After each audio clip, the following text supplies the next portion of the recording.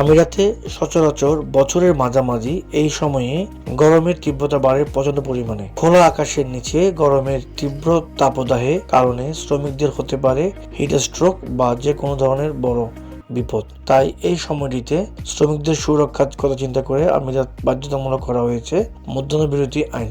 আমিরাতের এই আইনকে প্রবাসীদের পাশাপাশি বাংলাদেশ মিশনও ইতিবাচক চোখে দেখছেন। I am Ox. বর্তমান সময়ে গরমের তীব্রতার কারণে বেশিরভাগ গাড়িও হিট হয়ে যায়, তাই এই সময়ে গ্যারেজ এরিয়াতে থাকে প্রচুর কাজ।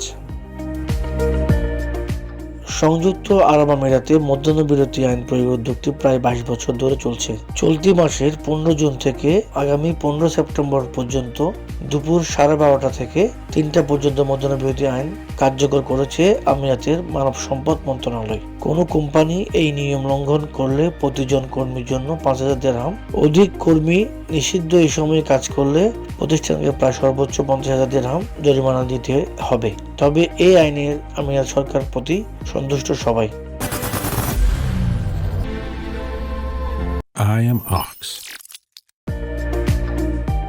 মধ্যাহ্নবিরতির অধীনে বেসরকারি এবং সরকারি খাতের কোম্পানিগুলোকে গ্রীষ্মকালে প্রয়োজনীয় জিনিস সরবরাহ বা ব্যবস্থা করতে হবে। বিরতির সময় বা কর্মীদের রোদ থেকে রক্ষা করার জন্য ছায়াযুক্ত এলাকা নির্বাচন করতে হবে এবং প্রাথমিক চিকিৎসা সুবিধা নিশ্চিত করতে হবে। জরিপে দেখা যায় মধ্যাহ্নবিরতি এই আইনের সম্মতি হার রেকর্ড গত কয়েক বছরে 99%। তাই এটি উল্লেখযোগ্য সাফল্য অর্জন করছে বলে বলা যায়। গোলাম সরোয়ার, সংযুক্ত আরব আমিরাত।